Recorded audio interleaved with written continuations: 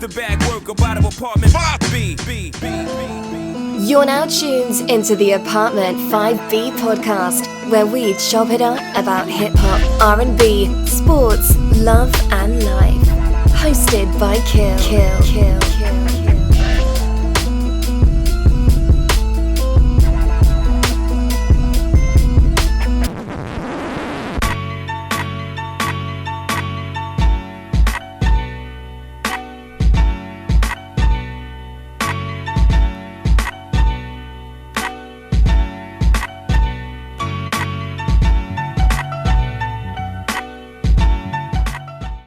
What's good? Y'all tune into Apartment 5B podcast hosted by your man Kill. I got my squad up here in effect with me tonight. I got my man DJ Rec on. What's up, Rec?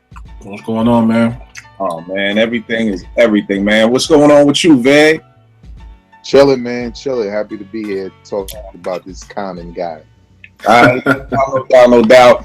All through social media this week, we still, saluting the death of Prodigy and everything like that. And I was seeing stuff about, give people they roses while they're here and everything like that. And for people who don't know or maybe new, we always been doing that. We've done shows on 3000, on Primo. My big thing is to give MCs, producers, hip-hop, or hip-hop legends, the foundation of this culture we love, they props while they're here. So I don't want nobody thinking we just doing this now, anything like that. We did 2 weeks ago with P, but this week we salute one of my favorite MCs. Most people don't even realize this, B. This dude has been around for 25 years in hip hop, man. This dude has 11 albums out. Not too many folk in hip hop get past. I want to say maybe the average is 4 or 5, maybe. That'd be pushing it. This dude has 11 albums out. I'm talking about Common Sense from the City of Wind, one of my favorite MCs. So we're going to be chopping it up today about some of our favorite joints, versus another one of my questions is, who y'all think is one of the dopest producers that Com rocks with? Because he's had his share of producers here and there, so we're going to chop it up about that. And again, as always, where he falls to our top 25 list, if he makes your 25 list or whatever like that. So that's what we're going to be chopping it up. Rec, tell me this, man. When did you first know that the boy Com was nasty? Like, this was somebody to check for? Oh man, when he first came out, I was rocking with Com since day one, man. Sold by the Pound. I love that album. Or the single, and that's what got me to just jump on. He had the B-side joint, Sold by the Pound. I've been a fan since day one, honestly, man, when he was rocking the starter jackets and everything, man. So that's when I knew he was a problem. Day one. All right, no doubt. We got my man Vince who just joined in. What's good with you, Vince? All right, what up, fellas? Yeah, I agree with what Rex said. From day one, he had a little style about him, and you could see he was going to be what he is now. So, yeah. All right, no doubt. So y'all was rocking with him from day one. Hey, what about you? Yeah, I kind of, like, one day that all makes sense was probably when I actually became like a fan and I would check for his albums. But the first time, at least I recognized him skill wise was when I saw the video for I Used to Love Her. And it was just a simple fact that, it was a dope record. It had the concept of, hip hop being a woman. It was taking it through the different stages. And, like people take for granted, that was like a single video and all of that. Nowadays, that's a mixtape record or a B-side or deep cut, you know what I'm saying? And that was a single record back then, and you had to listen to it, you had to watch the video, you know what I'm saying? But I guess I would say that record was the first time I was kind of like, oh, this dude from Chicago is kind of nice, you know what I'm saying? I wasn't big on his flow back then. That and the other record, I think you mentioned it already. Can I borrow it? Yeah, well, no. That was Sold by the Pound. That was on the first album. That was a B-side joint because the single was Take It Easy, right?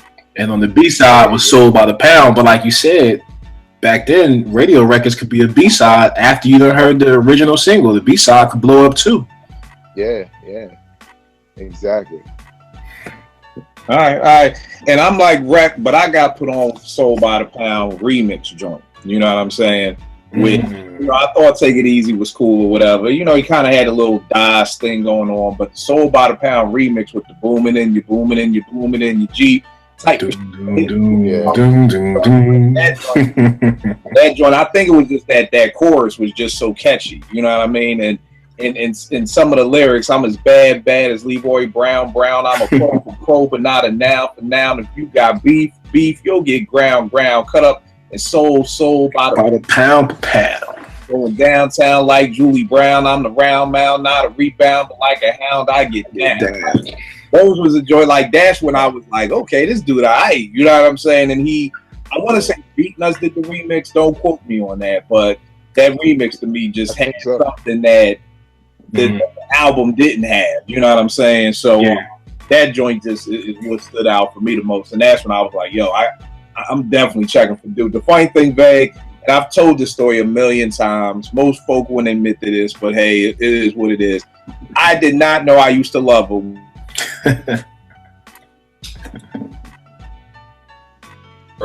When I first heard it. And one day, we all at my crib in Kinston Gates, and like, at the end, I'm like, oh shit, y'all, he talking about a girl. And he was like, yo, man, what are you talking about? Oh, man. And I'm like, oh, snap. Yo, that's in G. And everybody looking at me like, yo, Kill, you really don't listen to lyrics, do you? I'm like, well, you know, they in there. But I always heard the beat first and foremost. But it had to be a month, 2 months of hearing the song. Like, all right, that's what's up. He talking about the shorty. And then it's like, oh, snap, he's talking about hip-hop, y'all. It's like, wow. You know what I mean? And I know I'm not the only one. Nobody else out there will admit it, but I know I'm not the only one. I've run across some people who thought Humpty Hump and Shock G are two different same. Yeah. Oh, wow. Not the same. They think just two different people, yeah. So, I know I ain't the only person. You didn't know. You ain't. I didn't know what OPP meant for the longest fucking time. So I mean, shit. Yeah, exactly. Nobody would fucking tell me. I know cats out there is laughing, but I know I'm not. You did that, Rack. Tell me this, man. What's some of your fave? What's one of your fave Converses? Oh man, Nag Champa, the joint off of Like Water for Chocolate. I don't have it in front of me, but you gotta go and listen to it, man, because he spits probably one of his most beautiful verses. That's the thing about Common, man. He hits you with some battle shit. He hits you with some introspective shit. But like, if you listen to what he's talking about, man, that has this like beauty to it. And for me, that Dag Chopper joint, that pushed me over the edge with Like Water for Chocolate. I already was a fan of the album, but that verse, when I heard it, I was good. I didn't have to hear anything else from the album. Like, that solidified it for me. And it just so happened that the song is like second to last on the album. Yeah. But that verse and how he carried it, and you know, with that Dilla shit, it just, that was, if I was to do a Common and like Dilla mixtape, I would either lead it off with that or I would end it with that song. It's one of the joints. Just that's my verse, that Nag Champa, man. That aphrodisiac for the world shit. Yeah, he killed that joint. He killed that joint. He killed that. Yeah, I think one of and this was after I was already a fan, but when he dissed Ice Cube with Bitchin' You, I was like, now I was a huge Ice Cube fan, like, you know what I'm saying, like in my DNA, as far as like the man I became, the things I say, like, you know, death certificate, all that shit. Right. So when I knew he was dissing him, my man, get the fuck out of here. Like, you know what I'm saying? Like, you see what he did to NWA, you about to get the same thing. But man, yo, if Common read that nigga from first page to the last page, from Jerry Curl to the and B pod, 4 ounces in the same sentence. Right. I was like, okay, there's a difference, right? Ice Cube is a hell of a songwriter, but this nigga's an MC. You know what I'm saying? Yes. Because he's not just. It was dope because it wasn't like, oh, I have a problem with you, so I'm just gonna diss you and I'm gonna, you know, say Jerry Curl when you haven't had Jerry Curl for years. and shit like that. He was like breaking down Ice Cube and picking out the flaws Yes. that, you know, we tend to ignore because we like the other dude so much, we just don't see it until he kind of pointed it out. And I mean, everybody was just couldn't front like, yo, Common kind of got them, you know what I'm saying, with that joint. But yeah, that's when I was like, okay, Common can battle, you know what I'm saying? Like, if we got to, you know, so yeah, that one for me. All right. The funny thing about that is I heard this joint that Common wanted Primo to do the beat for the Bitch and You First. But Preem was like, oh, you dissing Cube? Like, nah, I don't want no parts of that. Like, nah. It's time to take a back seat on that one. I don't get that one though, man, because he played an integral part in some other beefs that he won't speak about. I mean, again, and I've read this. I don't know how true it is, but and then that's when Common went to Pete Rock and was like, Pete laced him with that heater. He laced him with the joint. The funniest thing about that, man, this is why it's one of my favorite diss songs, because I wasn't a fan of the beat. I really don't like that beat at all. Like, Yeah, me neither. yeah, you know, I never was a fan of the beat. Like, when it said produced by Pete Rock, I was a little like, word? Like, that's Pete? Like, because I wasn't a fan of it. But like you just said, he just dissected Cube like on some old Goodwill Hunting when Will was in the hallway, like broke down the whole Matthew on the wall. Like, I don't know if there's ever been a diss where you just dissect somebody that much. You know what I mean? But yeah, that was crazy. That was crazy. The joint I got, the first one I got is Hungry, off of One Day It'll All Make Sense, man. I got it right here. It says, I walk the night and rhyming arm a bomb a nigga like a winter coat, have him on death row searching for an Interscope. Yet I sparkle like Irene Cara, symbolize dope like Sirens do Terror. Mary Lou just had a baby, someone else decapitated. Flashbacks and past raps made me so glad I made it. Players is getting traded. Slim on them like it's jaded. My use greatest shit is so banging. Niggas say it's gang related on philosophers ranks of thought. I skate with precision. Crews getting split like decisions.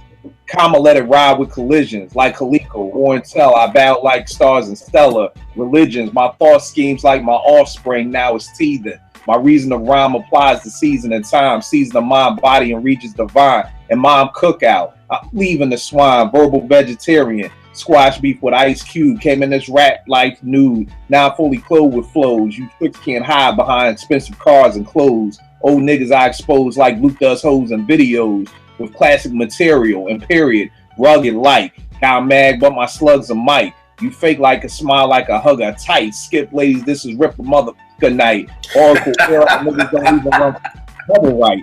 Downtown, interracial lovers hold hands.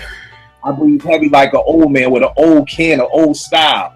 Hold a stone owl profile, mixed between Malcolm X and self when I go wild. Hold like a second nut until the second coming. Coming toward you with power like bulls. You pop you my and like a Ford, I'm exploring you. Whack niggas be cool, but with them I stay cordial. Flow at room temperature, catches assume miniature like golf. Soft like Tiger Woods. At real niggas angles, I've stood always saying that's geometric. Don't need to rob banks with dyke broads to set it. I let it take to the occasion. Lounge like a lyricist. Rhyme wise like you were Rest Haven. You sat by the door spooked like I was Wes Craven. You need to do more deleting and less saving. I praise in hell, raise in heaven as the bill on my page 11. But you should have known from day one, you will on day 7. And then them dope ass cuts come in. Hip hop, that was joint ill style. Like cats don't know about it. It was a live little I think it was like East West Records back in the day. They threw out a little sample, and that was D-Dot Baby Paw who was doing Baby Paw. Hungry hip hop junkie in the city. It was crazy, man. But that yeah, got goosebumps, fam. Yeah, Hungry, like he just, and that's what I love about Common is like, you know, like you said, he could be so many different things. You know what I mean? And I always love it because at least one joint on each album, he reminds you that what he can give you, you know what I mean? Just in case you get it twisted, he can remind you about that. So what's another one that you got, right? Man, Stolen Moments Part 3 off of that same album. It gave me the same feel when you were spitting that. I still have goosebumps just Because, man, you know how it is, man. When you in the booth and you spit something and you go back and you listen to it, I'm sure it gives you that feeling. From my perspective, I don't get to spit nothing. So when I hear something, that's the feeling I get because I want to take it straight to my turntables and dissect it that way. And Stolen Moments Part 3, that was it for me, man. For one, the beat is Q-Tip, man. This dude, actually, that was No ID. My bad. That was No ID, but it set the pace for that story. Common, man, like you said, he's a whole bunch of things, but people sleep on his storytelling skills, man. This dude broke down a whole story, and I'm not going to tell anybody what the story is about. We'll put you in the right direction, but go do the legwork and listen to the album. He tops that story off like I don't think anybody can. And that song, you have to go and listen to the other two parts just to make sure that you catch everything. Because if not, you're gonna miss something. And that's probably off that album. That and Hungry are probably the two. For me, those are my two bangers off that album. I can run that album straight through, but Stolen Moments Part 3, shit. That's another one I got.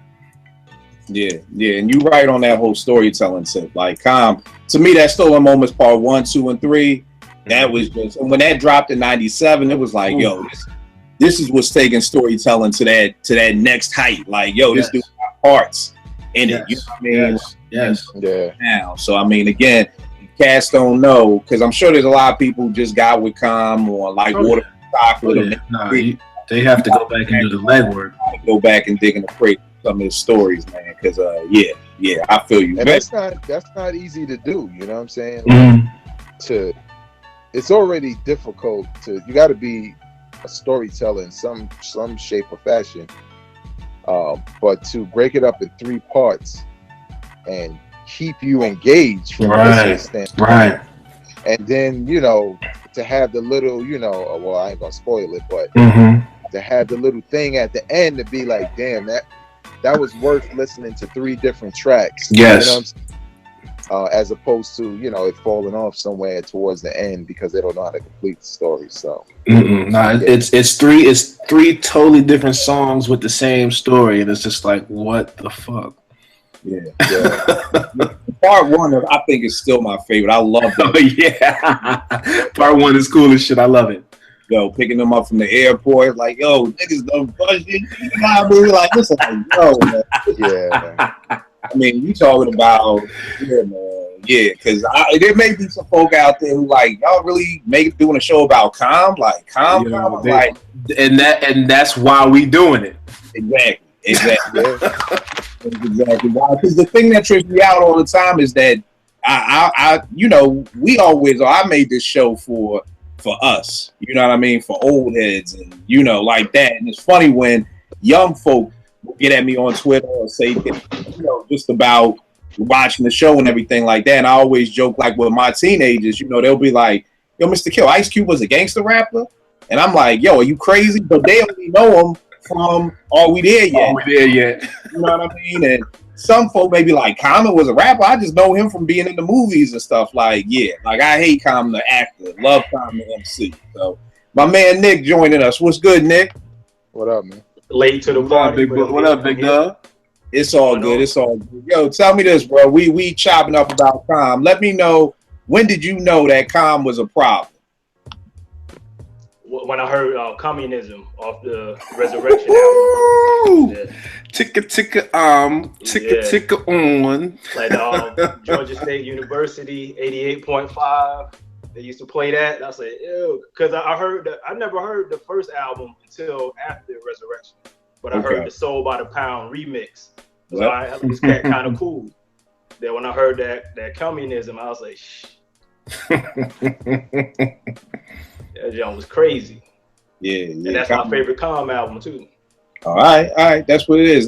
Tell me this, what's one of your favorite Calm verses? One of his dopest joints, you think? The Communism. Okay. Communism.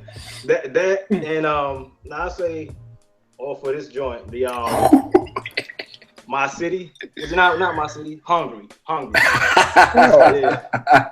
That I just spit the whole rhyme. I just put You gave me goosebumps, man. Yeah, the Khan was spitting, man. That's before Hollywood come. Yeah. It's funny because that album is probably my favorite Calm album. And most folks, and I mean, I realize, you know, like me and Veg would always talk about how classics sometimes just mean something to you. You know what I mean? And that when that dropped, I was living in Atlanta. I just graduated Morgan, couldn't find a job. Me and my girl was going through it. And that whole One Day to All Make Sense just spoke to me. It was almost like being in church and just like, because I'm like, yo, this don't make no sense. My life right now is like screwed. My girl beefing. I can't find a job with this degree. I should have stayed in Baltimore at the radio station. And it was just like, yo, one day it'll all make sense. Like that album just spoke to my situation in so many ways. One of the huge things I miss about hip hop nowadays, you know, and having those albums and those songs that can speak to you. But yeah, I just got finished running down the whole Hungry verse and how crazy that joint was. So yeah, I definitely feel you on that. Veg, what's another one of your dope verses for Calm? This is more like really like a song. But when I first heard The Corner, one, I was like, you know, like, yeah, he back. You know what I'm saying? Like, this ain't Electric Circus. Got them fucking sweater hats on, looking crazy on stage. Sweater hats. Thick ass turtlenecks. Like, nah, this is the Common I know. You know what I'm saying? Now, don't get me wrong. Years later, Electric Circus was just a little bit too ahead of its time at that point in time. Yeah. Because when you listen to it now, you like, damn, everybody do this shit now, or did it a couple years ago. Yeah. But when I first heard The Corner, man, that beat, and then him being, this is when I felt like when he, you know how he say, you know, dudes say I'm Chi-Town's Nas. There was a point where I never really agreed with that because I felt like Common was just a little bit different. You know what I'm saying? He was kind of like a spoken word artist at one point, the way he would ride the tracks. I heard this, I was like, that description of the corner and the streets in that record, and then to have the Last Poets on there, basically giving their description on a deeper level. I was like, yo, this shit ain't just a single. This shit is a testimony right here. Like, you know what I'm saying? Like, because, you know, that was an anthem right there. That was an anthem. It was an anthem. Yeah. And it's because in hip hop, a lot of times, you know, when you hear cats talking about the corner, they're kind of just talking about the same thing. But this dude described the hustlers that's on the corner. He described the other people who are, because it ain't, you know, to y'all who are not from the hood, it's not just the hustlers that's on the corner. If it's warm like it is now, everybody on the corner. Older people, kids who should have their ass in the house, everybody. And the video kind of fit that because you can see it in the video. It was, you know, it was populated. But yeah, when I heard that joint, I was like, damn, it was one of those things where you feel like, as a hip hop fan, you know, yeah, I could really sink my teeth into this shit. Like, I could tell this shit is hot, but I know every time I listen to it, you know, every word he's saying. Of course, I would know it if it was playing, but I don't know it off the. Maybe Kill could pull out the pamphlet. Yeah, man, I got a whole battery. Golly, but I got you. But yeah, man, it was just a whole description of the corner, and combined with the beat and the fact that, you know, it felt like he was back. Who did the production on that song? On the corner, that was Ye. Yeah, that was Ye. That was Kanye. That was Ye before he became the new Ye. Yeah. Oh yeah. I don't produce my own tracks yet. Yeah, but yeah, that's actually one of mine too. The verse that I had highlighted was the black church services murderers. They rap serving burgers as cats with gold permanents, moving their bags as herbalists. The dirt just ain't fertile. It's people up working and earning this. The curb getters go where the cash flow and the current is. It's so hot that niggas burner live the furnaces, where the money moving the determine is. We talk shit, play loud, and buy German beers. It's so black that the action is affirmative, the corner.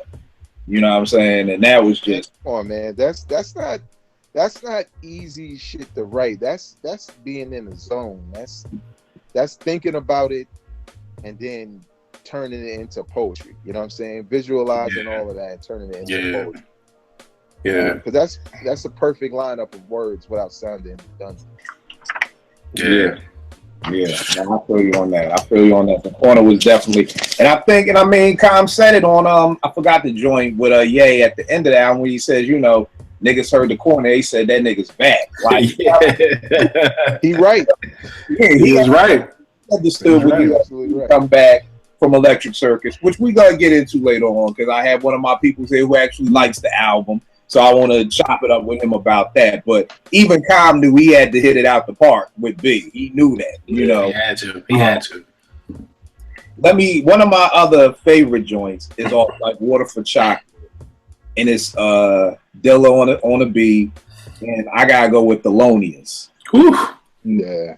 I love that, man. He says, get your third eye poked, fuck game. I assemble dopeness. A nigga that's fresh as the fest. Study this rap shit, no need to mic test. You can feel it in your chest. Your BI can feel it in her breast. Plus you rhyme like a niggas with his nipple pierced. We look off lyrics in the street. Real niggas hear us. Dreaming when I wrote this. Box me if I go too wild. Still doing this like that dude in Wild Style. Inviting whack niggas to dinner. I should bet him. I don't know. Man, nigga. You better go to guy like Mace did. Even crowds complacent. I move them above the clouds, whether on some surf and turf or thug style. You can feel it in your body. Come on, you can feel it in your body, man. When he did that whole I could trick daddy MCs and I don't know, you know what I mean? It was like, this dude is just playing around with folk, man. He just doing this like it ain't even nothing. Like this is just coming to him like it's easy. Like it's almost I've seen a dude like God handle the rock. Like it don't even look like he ain't trying. He ain't even trying. It's just, dribbling his ball is like walking down the street to a normal person. Like, Com, when he gets in his zones, Com gets in his zones. Like, for real. You know what I'm saying? Yeah. So, Rex, what's another joint you got, Big? Man, for me, another joint for me was Testify, man. Testify took a minute for me to digest, man, because I was so into the rest of the album that I kind of Testify was one of those joints that I just put to the side. I was driving to work one day, man, and I was intent on digesting it. So, man, for about a week straight, I made sure I heard that song. And Common, man, that guy knows how to give you a full album without letting you know it's a full album, man. He hits you with so much stuff that the albums are so balanced, and he's hitting you with a joint for the ladies and you don't even know it.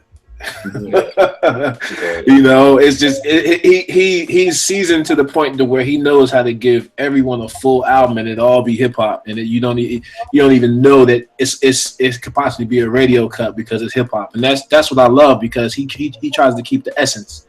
It don't have to be for one person or for this group or for that group. It's all hip hop, so we're gonna love it regardless. Yeah, I feel you on that. Another dope video, off that B album. I mean, that Testify was dope. You know what I mean? The whole video with Saraji in it. Yeah. I forgot the boy named Wood Harris' brother was in it. And then I always like Com stories because he always got a nice little flip at the end. You know what I mean? So that was dope, And if you guys don't know about Com storytelling game, we already told y'all about Stolen Moments, Testify. You gotta go here, Payback as a grandmother. Joints in the storytelling realm too up there. So Nick, what's another one of your joints, Big? You just said it. Y'all already talked about it. The whole Stolen Moments, the whole thing, it was just amazing. Like, cause when that was my first year of college when that dropped. Yeah, it was like late '97. So just the whole thing about somebody watching his crib, they done stole his, he not Timberlands, he rocking Rockports and right. that whole. Yo, I didn't know what the hell Rockports were, man. I was like, Rockport, what the hell coming on? You know what I mean? Like, there gotta be some Chi-Town shit right there. But, I didn't know what the fuck he was talking about. How he ended it, at the end, like the nigga that did it put the tape in the deck. I was like, oh, what? Riding with him the whole time, and he the one that did it. Like, Yeah, I like that. That's one of my favorite joints. Yeah. And another joint off that album was the Real Nigga Quotes. Yeah. Real Nigga Quotes. Yeah. Yeah, it's funny. I think it was something that one day it'll all make sense album. I think it was. I don't know if he had something to prove. I don't know what it was, but he just seemed to be in a special zone. You know, like What If Chocolate was dope, but to me, it's a different zone than one. All makes sense, man. I think more people would like it if it was sequenced better, because like the sequence. Yeah, the sequence was off. Sequence was off. What he was doing at the end. Yeah. It's off, but I agree with you. I as the one thing, I thought I was the only person that caught that. I felt like it wasn't cohesive, but the tracks was all dope. Yeah. No doubt. Veg, you got another one for us? Yeah, off of well, I'm just gonna say it right now. This is my favorite Common album. One Day It All Makes Sense, but again, this is not even just a verse. This is a whole song, but a retrospect for life. Mainly because the fact that while back in the day, Tupac having a single about, you know, like when Brent's got a baby. And I remember thinking, you know, when I was back then, like, damn, you know, like I don't think I ever heard a rapper talk about this type of stuff. You know what I'm saying? Right. And I felt the same way with Common with this because of the simple fact that it was his personal story. Once he started talking about his personal story with this, with the abortion and all of that, it just, I literally, like, you know how you can be listening to music and you're listening, but you're kind of paying attention to the atmosphere or whatever. I was on a bus because I had bought the album and, you know, listened to it on the ride back. And when that came on, man, it was like there was nothing else going on. I was literally listening to everything this dude was saying. Right. I mean, it was informing me. You know what I'm saying? Because I hadn't been in that situation. So I was like, well, damn, I don't want to regret something like that. So what would I do? And I think that was dope for him, for one, to talk about the subject. Two, you know, for it to be his personal experience. And just the whole feeling with Lauren singing the Stevie Wonder joint. And it was just perfect, man. I just felt completely locked in when that record came on. So, man, I gave him mad props for doing that to this day. Yeah, it's funny. That was actually one of my slept on joints, so I got it right here. Knowing you the best part of life, do I have the right to take yours? Because I created you irresponsibly. Subconsciously knowing the act I was a part of, the start of something I'm not ready to bring into the world. Had myself believing I was sterile. I look into your mother's stomach and wonder if you were a boy or a girl. Turning this woman's womb into a tomb.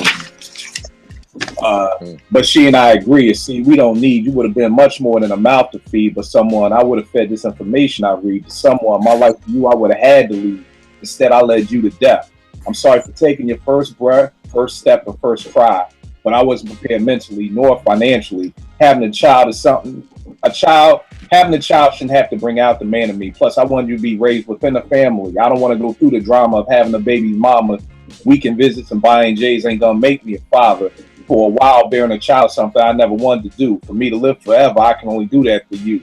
Nerve I got talking about niggas taking a life with a gun. Must have really thought I was God to have take the life of my son. I could have sacrificed going out. To think my homies did it, used to joke or brag about. From now on, I'm gonna use self-control instead of birth control, because $315 ain't worth your soul. $315 ain't worth your soul. $315 ain't worth it. You know, and I think, you know, that's some real shit. Yeah, I mean, when you really listen to the lyrics, because most people, that's the other thing with hip hop, and Royce, well, Jay was talking about it, but Royce used that as an intro on a new bar exam for a joint, just saying, like, you know, I don't think MCs are looked at as writers.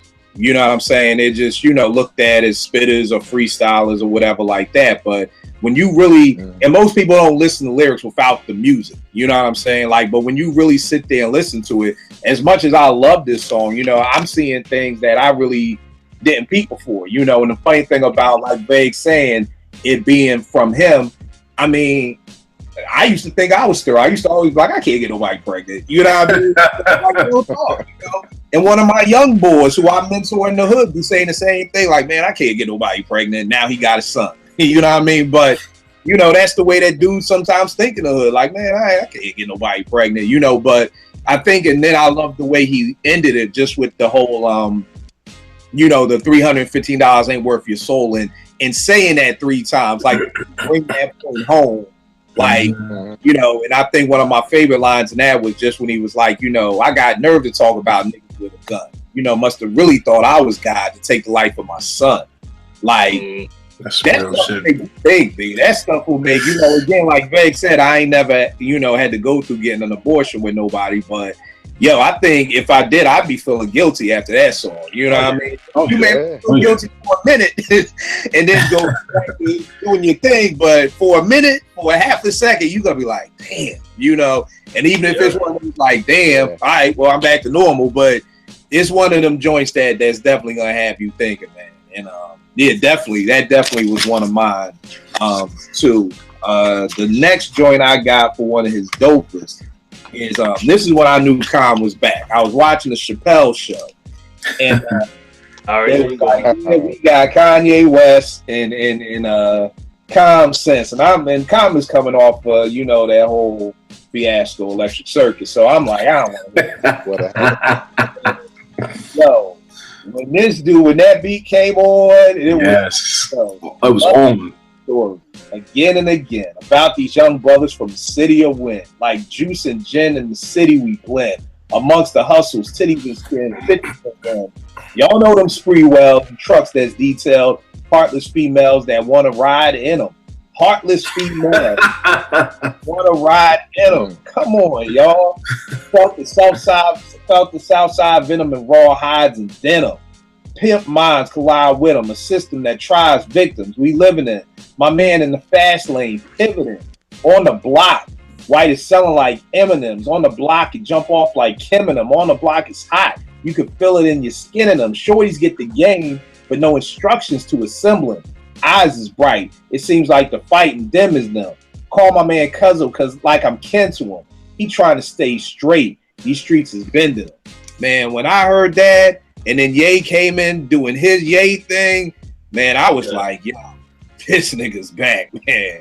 And then just how they did the kitchen and calling it the food, it was, and the funny thing that I loved about so much is I remember getting my hands on an advanced copy of of B, and it had a studio version of it. And I think enough beef about it, like, yo, still got the same energy as the live version, and they had to put the live version on there because that studio version of Food just didn't even compare to that. It's not the same. It's not the same. Totally different energy. Just one of those things you just can't replicate. But that's when I knew Khan was back. That's when I knew he was back.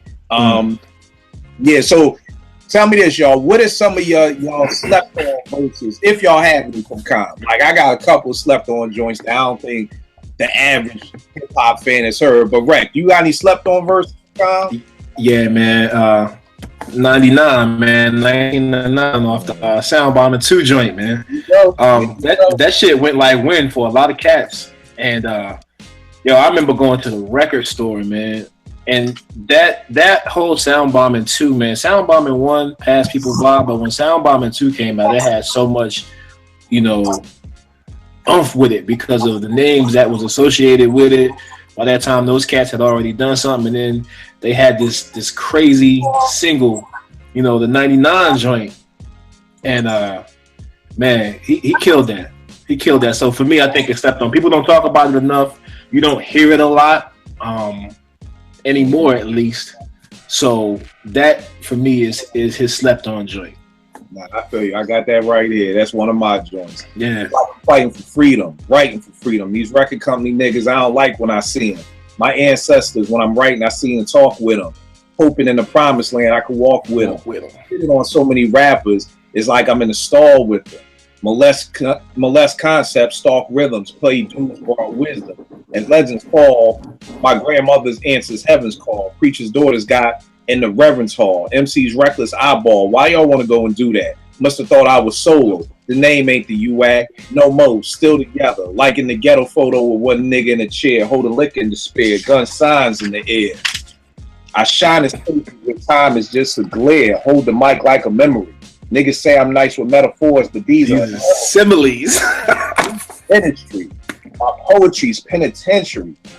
penitentiary. Oh man. Track his visitation, sentence his life. I'm like chief up in this demonstration. Yo. When he hit him with the nigga, these are similes line, I was just like, all right, man. Enough, man. Because it's like you've been saying it the whole show. It's like he's playing with you. He's not even really trying. And then when he wants to try, he starts hitting you with a bar here, bar there. Like he's playing with you, going back and forth, you know? Yeah, man, 99 was a joint. Yeah, that's crazy. Greg, you got any slept on Converses? Not really. That was mine. The 1999. Oh shit. Like Rex said, I think a lot of people forget about that record. Like everybody was kind of crazy for it when it dropped. But I think dudes kind of forgot after a while once other records came out and time passed. Yeah. But yeah, man, I think he killed that joint. And again, it was like Common does this thing that he doesn't probably have to do even now, but he still does it, where he kind of reminds you, like, yo, I can spit, you know what I'm saying? Like, he still somehow maintains that hunger to want to, put a verse out there that puts people on notice as far as who he is, you know what I'm saying? And that record was one of them. That was attention grabbing. When I heard that joint, I was like, holy shit, like yeah, like it's not even on the album. Common spazzing on other shit. Yeah. It had that feel too, because you gotta remember it was cold when that shit came out. That New York winter feel to it. That's vague. Know what I'm talking about? When you got them headphones on and you on the train and you on the bus and you got some shit in your headphones and it's keeping you warm. That's the shit that you need. Yeah, man, it's funny because that's actually a track that really put me on a high tech. Like to be like, who did that? Like that joint is crazy. Not to mention one of my favorites, Standout X on there, man. Yeah, Standout killed. Yeah, just came on there and killed. I mean, we gonna definitely do a show on Standout because my joint on there was. I thought y'all knew. Every year I grow, I'm still growing. And then the year I hold my girl a beat show. Like they just both came on there and just blessed that. Like, and the video was dope too. It was just a dope all around joint. Nick, you got slept on joint? Yeah, did y'all talk about the Lately I've Been Thinking off the America Dying Slowly? Nah. No. Yeah. That I think a lot, due to the fact that it was on a compilation, a lot of people ain't catch that one. That's a hot verse on there. It was like I don't know how accurate Rap Genius is. It was like nearest to the go gothic, a cash flow profit, methods of getting scratched, talking slick I've adopted, palms in a lot with stunts whose heart be gained. Holes in a stable, none do I claim. Niggas with nothing to shoot for, at they only aim. Gramps in the choir singing It's Gonna Rain. In the midst of precipitation, I make the power, manipulation, so my offspring will be straight for generations. Got connections in the nation, to incarceration, to general population. More lyrics than Jason. Look me in the face when you speak to me. You got a tattoo, trick, you a freak to me. Seeking thee, goods that's material. Asking when my next video. Bitch, get a job and get your ass in somebody's university. Enroll your youngin' in the nursery. Clean him up, comb his hand, cover yourself. You want a man to love you, you ain't loving yourself. Like that verse, that was like right. Yeah, he went hard. Resurrection. That's my joint. Okay, the whole compilation almost banging. Yeah. That's crazy. Nick, you got any more? Because I got a couple slept on joints. Not really. All right. Well, if they come to me, I got a couple of joints. One of my slept on Converses is You and I Verse at War. Ooh. Oh, yeah.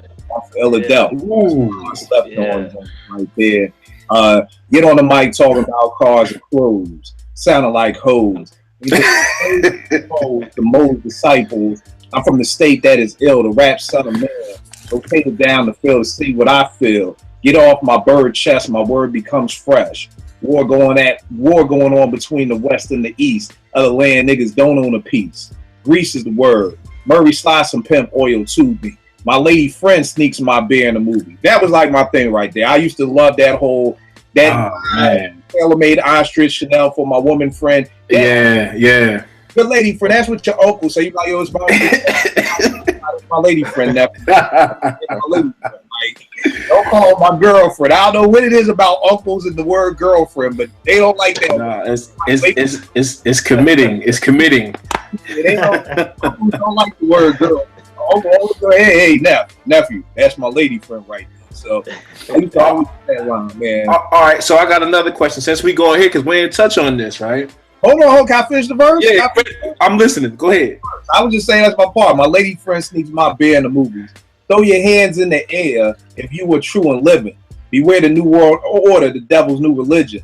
Sent my homie to number 2 division, selling bootleg movies. Got my VCR on the smoothie.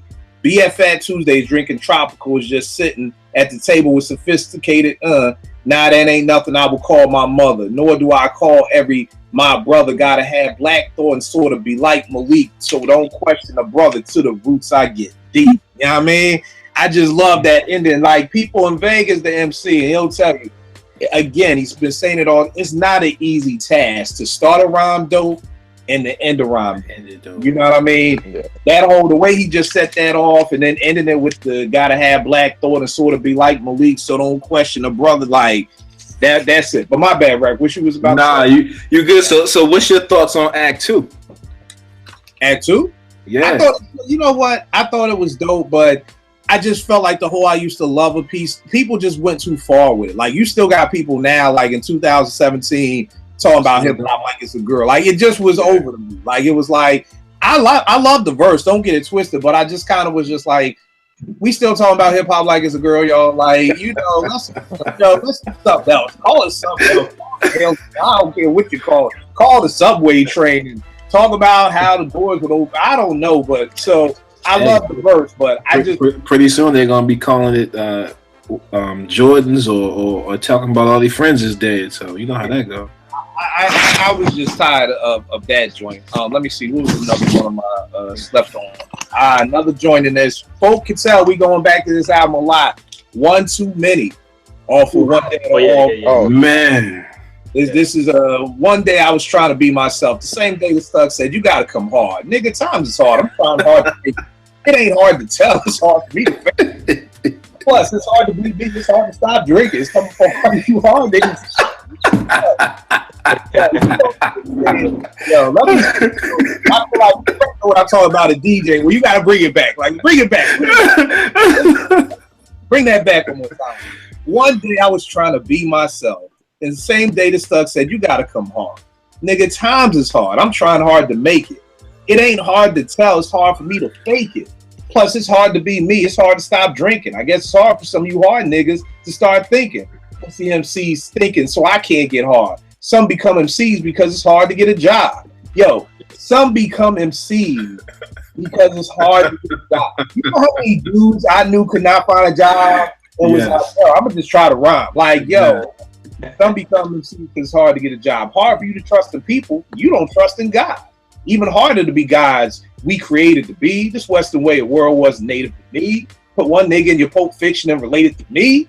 Put one in your Pulp Fiction and related to me. Like, come on, y'all. Come on. Man, I hate it when they say we only that call our women's hoes. Niggas be too hard to say hoes at the show. I think that's the only race that call our women hoes, but niggas be too hard to say hoe at the show. Because they girls standing right next to them. Yo, come on, man. That was one of my other things, the death of hip hop, when people stopped wanting to be fans. And it was like, yo, I'm too hard to take part and partake in this activity that's going on right here. That used to be the thing. Like, yo, I'm from the era of the Fresh Fest. I'm from the era of LL walking out of 30 radio tape deck coming out. I came from an era where you came to a hip hop show, you wanted to have a good time. You wanted to dance. You wanted to leave hoarse. You know what I mean? Now hip hop shows just people with their cell phones up the whole time, and so yeah, it's hard to say hoes at the show. I rose like a florist, bringing flowers. I rose like a florist to bring the flavor like a tourist. Might not have a murderous verse, but I still hard to the chorus. Took this girl to work. She said, I ain't have a real job. Like that you had last night, baby. I worked real hard. Simple mother telling me hard as criminal. Niggas, you was too hard pouring out liquor for. Years ago, I thought I was hard in high school fight. Now I'm the hardest working man in showbiz. Handle your business. Shut the fuck up, man. Yo, one too many, man. Forever, I ain't gonna be rapping. Shit'll happen. I gotta let niggas know. Like, that was the thing with Cobb, too. He had his own little flow with it. You know what I mean? Like, yo, Cobb was a monster, man. He was a monster. It's almost like he always rapped with a chip on his shoulder when he didn't have to. Well, maybe the chip was, you know, because we were still in that era where you from made, you know what I mean? Yeah, Chicago. He trying to put Chicago on the map. You came in an era where, you know, these new cats don't understand. You could be from anywhere and get love in hip-hop now. But back in the day, if you wasn't from New York, you wasn't getting no love. You know what I mean? You could even been from Staten Island and you wasn't getting no love. So, and on top of that, he was yellow. He was the yellow dog. You gotta go after. You gotta go after. yeah. You know what I mean? But yeah, he can't. So I feel like maybe that's what it was. That he did have a He said he had to go extra because he was young. Yeah. He wasn't from New York. Oh my God. Nickel fool, man. Nickel fool. Right, this is my last step on. Then I want to go into some other stuff about Calm. Again, off the album, One Day It All Makes Sense, making a name with ourselves with cannabis. You know. Now, this is not the cannabis. Yeah. No, they don't know that, man. Whew. Cannabis was probably one of the most vicious people out here, you know, and like, do you know what this is? Getting on a joint with cannabis in 1997 would have been the equivalent to Floyd fighting Manny 6 years ago. Mm-hmm. That's what that is. Like, that's what that is, you know, because most people in Black Thought used to say it. People don't never want to get on a song with me. Like, I invite people to our sessions. I'll never get invited to no sessions because niggas know what's going to happen to them. So for you to invite cannabis in 1997 to be on your joint, I don't even, you know what? Just out of here, I don't even want to repeat it. It's going to be a solo cannabis cut on my album. Pretty much. I don't even want to go. Tell me this. We talked about the dopest. We talked about the slept on. Tell me this. Tom is one of the few people who's been able to rock with 3 or 4 of the dopest producers. You know what I mean? I was really glad to see No ID really finally get his shine when, you know, Ye brought him back out. Because a lot of people were like, oh, Ye put No ID on. Nah, fuck no. No, he put Kanye on in the beginning. But again, a lot of folks don't know their history. So, you know, if you new to this, you thinking, oh, Kanye put on No ID. It's like really just the opposite. Ye pulled his old head back up when Ye got here. But Common's done some bangers with High Tech. He did the 199. He did the Techzilla, which is another slept on. Man, that Techzilla joint.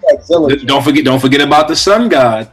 I was about to say the Sun God. Don't forget about the Sun God. About to go there. That's slept. Slept on. Yeah, that's the High Tech. So you got High Tech with the 199 and Techzilla and the Sun God. You got Dilla, who did basically like Water for Chocolate. You know what I mean? You got No ID, who's been there since day one. And then you got Kanye, because I feel like he caught Kanye when Kanye was like at his peak, like when Kanye was in his groove and just was, because B is just that. You know, I remember, I think it was in Scratch Magazine, they were talking about when they made Go. I want to say that they said that they went to the movies and saw Ray. Yes, I had that magazine, yeah. And then came back and then did Go. So it's one of those things where just the cohesion between producer and MC, just hanging out, then just going to see a movie, seeing Ray, coming back, being inspired, and wanting to cook something up. So out of those 4, Tech, Dilla, No ID, and Kanye, who do you think gave Calm his best moments on wax? Rec, who do you got? Man, you gonna throw that at me? That's easy for me. Nah, man, it's not, because all 4 of those guys, man, had something special in common. There's not one piece of like one falls off here and one's here over there. It's for me, it's equal, man, because I love Common that way. I'm gonna go with Ye, man. I think that stretch from after he did like Water for Chocolate and did those 2 albums, man, that stretch is about a good 4 or 5 years. Man, that, like you said, he caught him at a good run, man. Common was right there lyrically, like he was focused. He he knew he had to bring that heat. Right.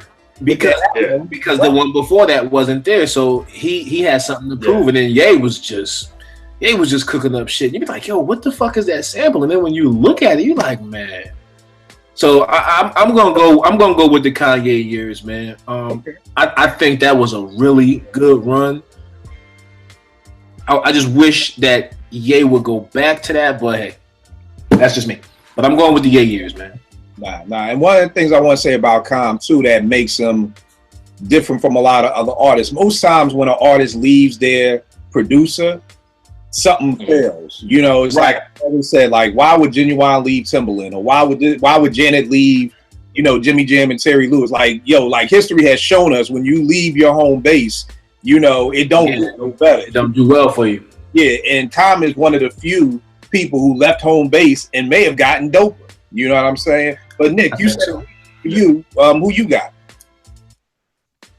I say it's easy because my two favorite Com albums were produced by this guy. Okay.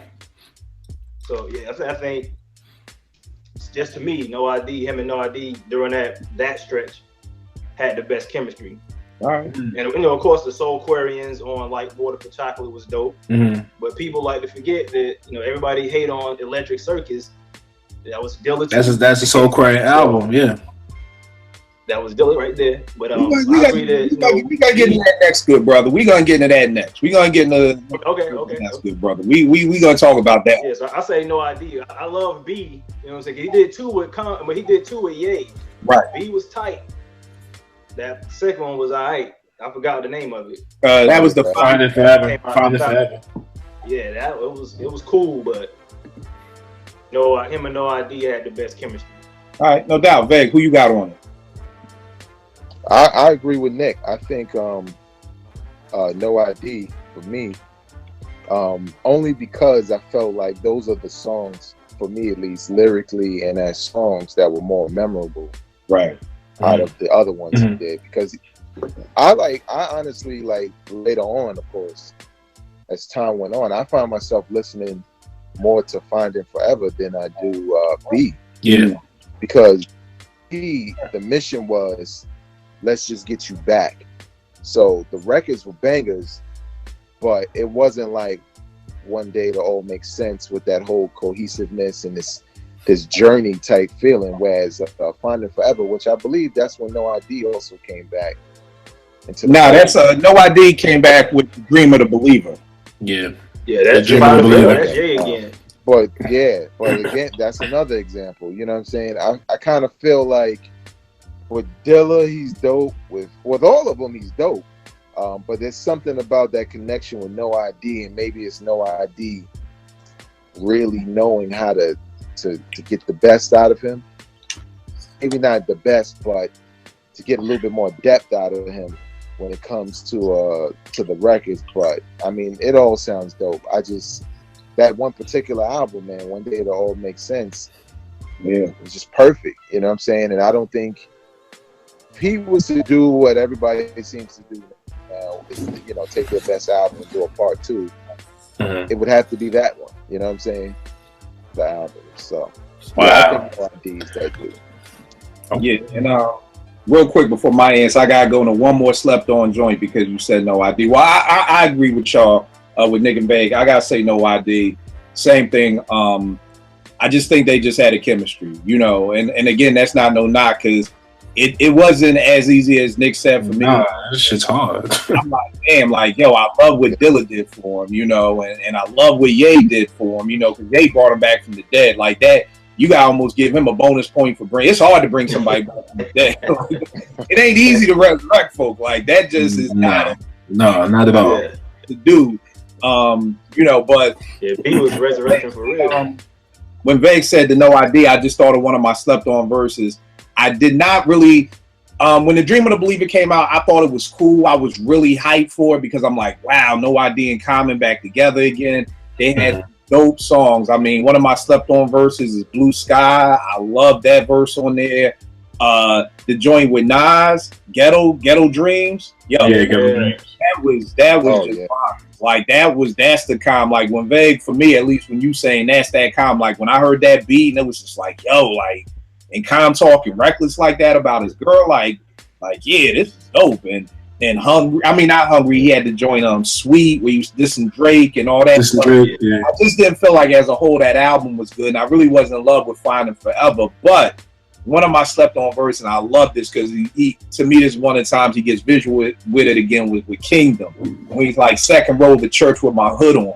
My homie used to rap, he was about to get put on. As funeral, listen to this church song. I'm feeling his family yelling and screaming. I hurt for him. A cold war, that's why we pack heaters. Listening to this preacher as he trying to reach us. I'm gonna need to go back. I got to get him back and forth in these streets. That's the rhythm. Revenge is supposed to be the Lord's, but I use my own accord. When I see him on the porch, cost my man's life. I can't afford not to hit him. Shots ripping through his true religion denim. These streets is my religion. You know what I mean? Like that was just a dope verse to me right there. I really, in that Kingdom, I love Kingdom. I really had high hopes with me with nobody smiling, but yeah, kind of fell by the wayside. But while we here, brother Nick, Deacon Nick. Let's talk about it. Yeah. Deacon Nick. Deacon Nick. Help me to understand what I'm missing with Electric Circus. Because let me tell you this, I brought Electric Circus coming off like water from chocolate. I had my, and again, I use this analogy all the time. You go out to dinner, you ask the waiter for a Sprite, he brings you some water, you taste it. You know, there's nothing wrong with the water, you just had your mouth set for some Sprite. That's what you was ready to taste when you got that. When I put in Electric Circus, I've tried. Like, I love Calm. We're doing a show about Calm. I've tried Electric Circus numerous times throughout the years. You know, when I first met you, I pulled it back out. I still can't do it. Like, I don't get it. I know Dilla did it. But here's the thing. As a producer, I'll be the first to tell you, most producers have a folder full of beats. I call them 3,000 beats. Like that, I only think Andre 3000 will rhyme over. Like, I usually don't send them out. It's crazy because one of the people who always my 3,000 beats is Vegas. You know what I mean? And I'm always shocked because I'm like, Vegas, you like this? Like, but so even though Dilla did it, like if Calm came to me and said, yo, I want to do some more wild, different stuff, like I'm with Erykah, that's the first problem. He made that album because everybody looked in them eyes and he was never the same. He did the opposite of Dre. Dre went crazy, but Dre got nicer. Calm looked in the eyes, Dre and Calm got worse. Like there was nothing for Dre to. You know why though? You know why? Wasn't he with Badu on Light Water? Hold on, what you were saying, Bang? Huh? You said I know why. Why? Because he ain't hit. Remember? Right? He put the article out about being celibate. Right. You know, if he ain't get a chance to like transition, he ain't getting none. So, you know. He said he didn't transition. Yeah, he was going there. You know, he had the triple X turtlenecks and shit. Yo, you know what this dude? Vag be in rare form sometimes. Man. I love that. He said because he didn't transition. This dude basically said he started the tattoo but didn't finish. He didn't finish the tattoo. And he said so that's what we got. The messed up tattoo. All the way. That is the best breakdown of why it worked for 3000 and it didn't work for Calm. Vag, you just solved the hip hop mystery. He solved the mystery. He solved the mystery. Now I get it. I don't know how it was, but you know it's crazy, and I know we kind of getting away from the topic at hand, but just real quick, I remember when I watched them perform, I forget what it was, some award show or some shit. And it was Common and it was Erykah Badu.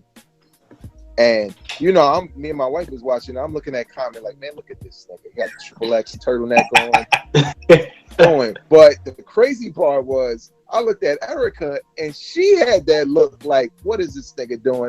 I'm about to go fuck the DLC. That time you don't exactly. And a nigga without a voice. You have a baby with that nigga. Yo, did you just say a dude without a voice? All right, cool. We done for the night. We done. We'll make people at Kill 889. when a dude, you know this man when you dressed like that and a dude with no voice. Nick, explain to us what you loved about Electric Circus, please. I'm not even gonna say I love it. I just think, let's say this: if you didn't see that video with that nigga looking like he was out of the Fat Albert cartoon, would you view that album differently? Like if you ain't see him with them cue cards. No, I wouldn't. Oh shit! I forgot about Yeah, he had the cue cards. Remember that shit? He's in the window. He had the cue cards. So I think that video just deterred everybody. Like they checked out once they saw the video. It's like hell nah. Yo, to be honest with you, bro, I can't remember what came first, the video or the album, but I mean the album just never grabbed me, you know. And again, it probably was just based off, and I will go back and listen to it again. But I think it was just when you say Dilla, I'm expecting something from Dilla. When you say Calm, I'm expecting something from Calm. Coming off like Water for Chocolate. You know, it just, like I said, I've tried to go back and listen to it. And I mean, y'all know Dilla's my favorite, but there ain't no past that, man. I can't.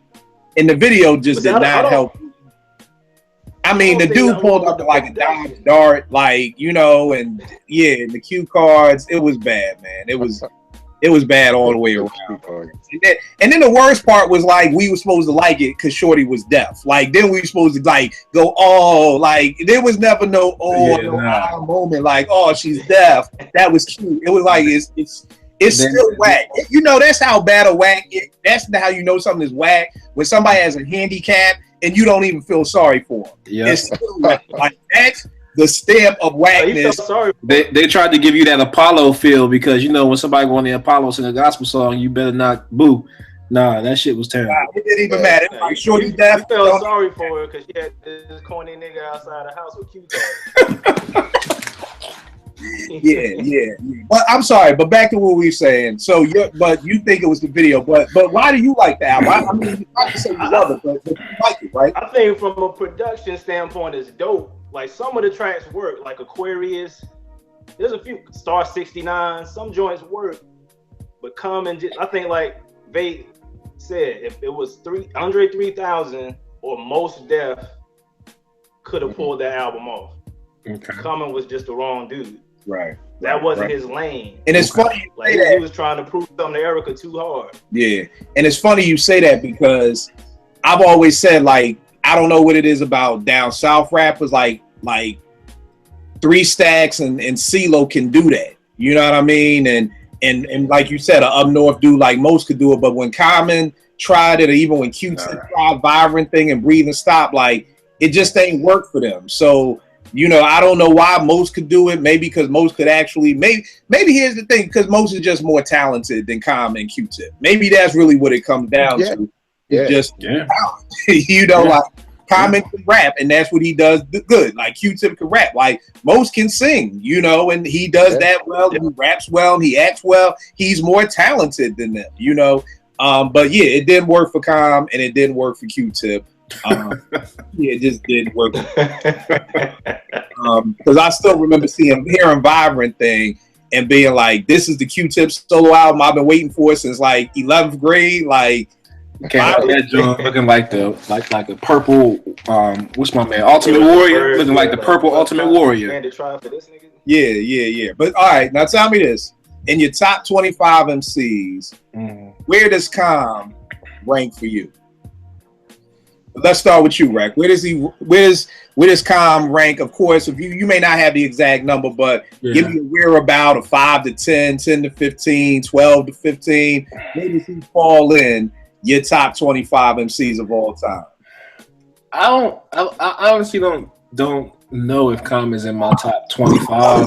I've never thought about him like that to put him in my top 25, even though he is one of my favorite guys. I'm talking about from a whole standpoint. I would put him in my top 25, probably maybe 20 to 25.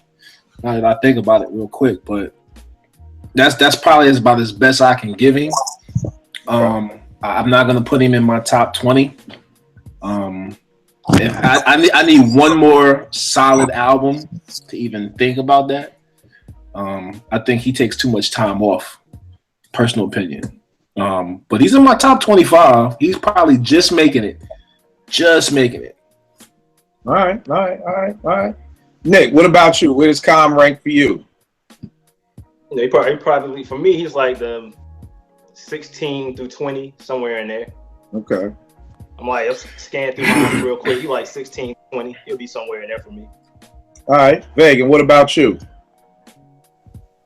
I think it seems almost disrespectful for me to. Well, he's not in my top 10, but I feel like if I was counting down, I would have to consider him in like somewhere between 10 to 15. Only because, you know, like this episode here, you know, when you go over the catalog and, you know, and more importantly, like people sleep. That Nobody Smiling album is dope. And the last one wasn't that bad. But you break down the lyrics like you were doing with some of the lyrics and you hear that, you got to start thinking about like, well, shit, who do I have in front of him? You know what I'm saying? And 25 for me at least is a big number because I have my favorites and I have dudes who are in, you know, my top 10 or whatever because of lyricism and things of that nature and how long I've been messing with them. But yeah, with Common, he would probably be right outside of my top 10. If not, it's like sneaking in at 10 or something like that. Right. As far as lyricists go. Right. The funny thing is, I'm right with Veg. Calm would probably be will fall somewhere between 8 to 12 to me. You know what I'm saying? Again, just, you know, from doing this episode, I mean, keep in mind, I don't know how many of us hip hop heads actually read lyrics. You know, like if it wasn't for this show, I mean, this whole thing, and actually, like I'm in reading these lyrics, I'm seeing things in the song that I didn't really hear before. And it's kind of like when I hear instrumental, I'll be like, oh, I never even heard that part. Like that was instrumental because you're the person rhyming over it.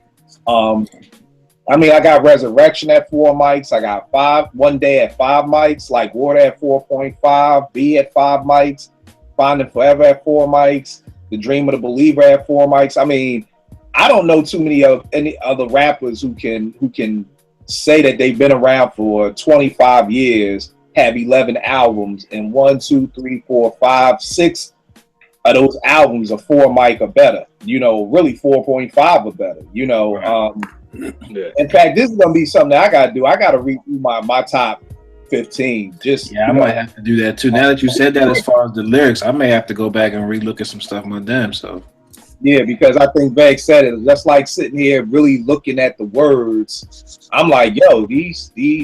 I mean, Calm has some stuff, so I would have to give him. He's somewhere in there, probably 8 to 12, because a lot of people haven't accomplished, you know, what he has. And I'm not talking about record sales or anything like that. I'm just talking about being able to sit here and say he's got at least 6 albums that are 4 mic or better than me, and 2 of them are 5 mics. You know what I'm saying? So yeah, that's what I got to go with. But dope show, saluting Calm while he's still here. You know, Calm is one of the few people who has gotten the pass, and I forgive Electric Circus. I act like it doesn't even.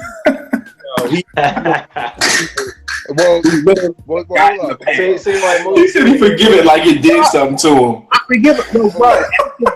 What Vegas just said, like it did something to him. Yeah, I do. I forgive him. It did do something to me. I wasted $16 on it. So I bought it too. So, but after what Vegas said, I almost forgive him even more. Yeah, because he almost ruined his career and didn't hit. So it's like, bruh. So what were you gonna say, man? I was gonna say, you know, I know we're talking about Electric Circus as like mostly a negative. As I said, you know, today it sounds a little bit better than I thought it did back then, especially from a production standpoint.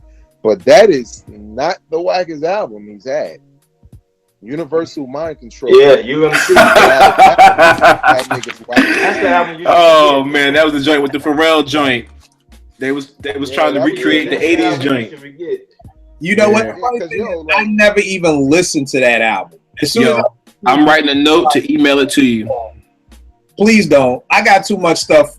Oh no, I'm gonna email it to you for the shit you ain't emailed. You got I got too much. That will replace ET. That's the album you forget. B, my rotation now is like the Royal Rumble. It's like a battle royal. You gotta get kicked out of it. Because I'm telling you, when a new album comes out, You gotta get thrown over the ropes. So I was listening to Big Boy, but then when that voice bar exam came, that Big Boy got knocked right on out of that rotation. So that's how my rotation is. I tweeted that one. If you could last 2 weeks, you good to go. But that voice, I'm sorry, just knocked Big Boy knocked him right out the ring. So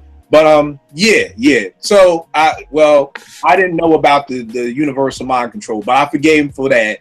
So that John whack. Oh man, Pharrell did the whole thing. A solid portion of it. I think he did. He did about 90% of it. I'm gonna tell you right now. Hold up.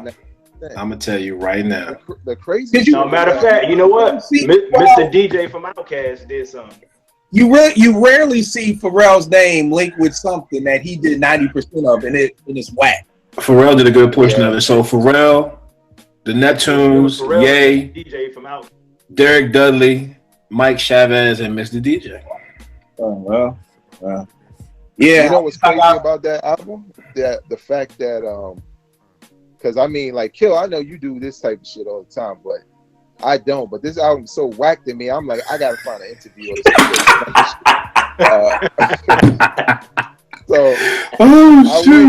I think I went to one of the hip hop sites, and you know, I messed with his reason for doing it, but the execution just wasn't there. He was just like, you know, everybody will give him respect for being a dope MC, but every time he come to the club, they ain't playing none of his shit. And that's what that album was supposed to be. That's what the album dang. Yo. Exactly. But lo and behold, niggas still ain't don't do that. Because think about what he was trying to do at the time he was trying to do it. This album got released in 2008. Niggas was not trying to be dancing fast in the club. Niggas had fucking dance routines, wearing rainbow shoes to the club, trying to snap their toes off. It was he made the album at the wrong time. Yo, before I forget, let me say this. Common also has one of my favorite quotes, which is so funny because me and him went back at it on OK Player for a minute. But if I don't like it, I don't like it. It don't mean that I'm hating. That's one of my favorite quotes. What are you saying, Nick?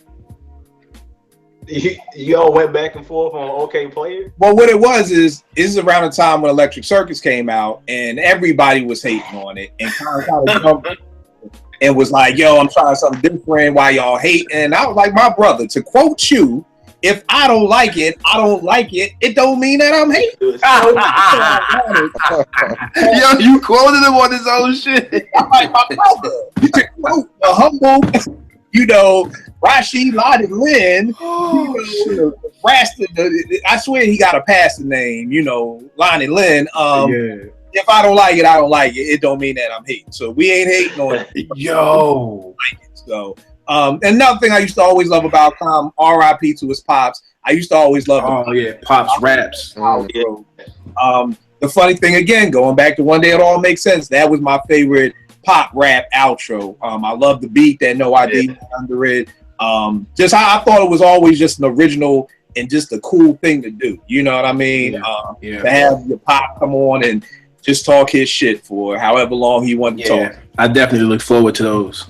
Yeah. Is that the one where he was like, he feel like he want to kick Jesse Jackson's ass? I think that shit, I was like, yo, who the fuck is this? Crazy. Yeah, but R.I.P. to Cobb's Pops. I used to always those joints, and it was fun because usually things get tiresome with me. Like with EPMD and Jane Part 28, it was like, yo, just leave it alone. Like, we're tired of the James. Just let it die. But I always look forward to Pops Raps. Right, give them all your info, bro, where they can get at you, man. You know what it is, man. Same old. At DJ Rec 1 is my Twitter. IG is Worldwide Rec 1. All right, Nick, give them your stuff, bro.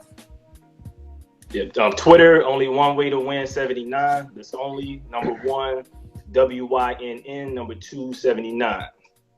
All right, Veg, what's all your stuff, bro? You can follow me on social media at Vegas World INC. You can check out my podcast, Hip Hop Now Podcast, News and Perspectives at soundcloud.com/hip hop podcast. All right. And you already know what it is. Podcast. My bad, I left it out. All right, Hip Hop Now Podcast. You already know what it is with me. Kill 889. We'll make beats for food. Before we go real quick, can't let this go. I know my man Rec just moved to Houston. Y'all just got Chris Paul. Yes, sir. How do you feel about this Chris Paul coming to Houston trade? It's all right. I don't think it's going to get them the chip. Shit, you're going to have to go and get Melo and 4 other motherfuckers. But it's a good look. They just had to give up a good piece of their bench. They gave up Lou Will. They gave up Sam Decker. Yeah, they gave up Pat. They gave up. Yeah. They gave up Pat. Yeah, they traded like the whole crew. It feels like draft picks, cash. It's a good trade, but my question is there enough basketball for those two in the backcourt? Because you look at how James Harden had probably his best season ever as the point guard. Now you bring in the top point guard in the league, like top 2. If there's anybody else out there, I mean, I don't know who, but I'm gonna give them top 2.